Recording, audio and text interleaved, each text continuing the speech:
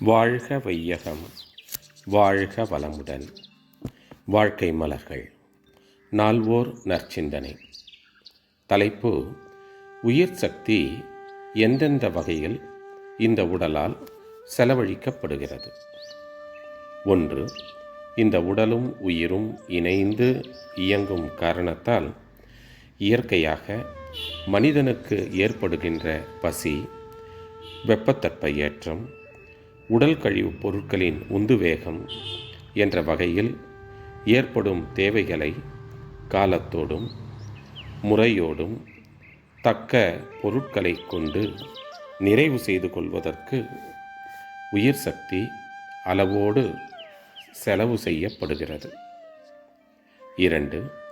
அறிவானது புலன்களை கொண்டு செயலாற்றும் போது உயிர் சக்தியானது சந்தர்ப்ப சூழ்நிலைகளுக்கேற்றவாறு எழுச்சியாகி உடலில் ஊறுதல் உணர்ச்சியாகவும், கண்களில் ஒளியாகவும், நாவில் ருசியாகவும், காதுகளில் ஒலியாகவும், மூக்கில் வாசனையாகவும் செலவாகிக் கொண்டே இருக்கிறது.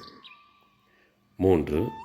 இந்த மாற்றத்திற்கு தேவையான முறையிலும் அளவிலும் உடல் காந்த சக்தியை இரசாயன சக்தியாகவும் உணர்தல் சக்தியாகவும் மாற்ற மூளையின் நுண்ணியக்கத்தின் மூலம் உடலிலே உள்ள பல கோடி பேரணு கோலங்களில் கபாட இயக்கம் நடைபெற்று கொண்டிருப்பதால் இந்த முறையிலும் ஓரளவு உடல் காந்த சக்தி செலவாகிறது. 4. கொல்லும் இயக்கமாகவும் தள்ளும் இயக்கமாகவும் உடல் முழுவதும் நடைபெறுவதால் ஓரளவு உயிர் சக்தி செலவாகி கொண்டிருக்கிறது. 5.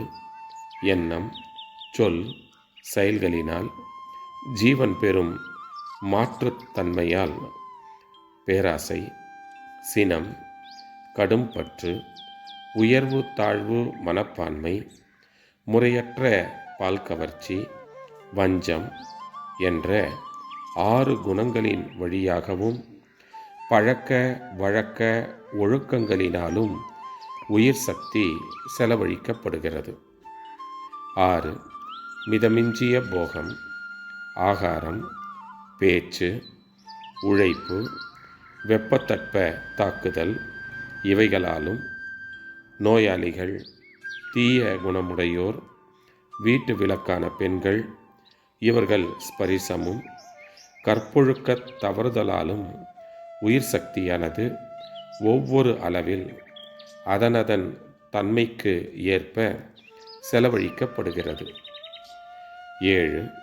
கவலை, கோபம், பொறாமை, பயம், பந்துக்கள், பாசம், பொருள்பற்று, பேராசை, காமம் முதலான எண்ண இயக்கங்களால் உயிராற்றல் பெருமளவில் செலவழிக்கப்படுகிறது.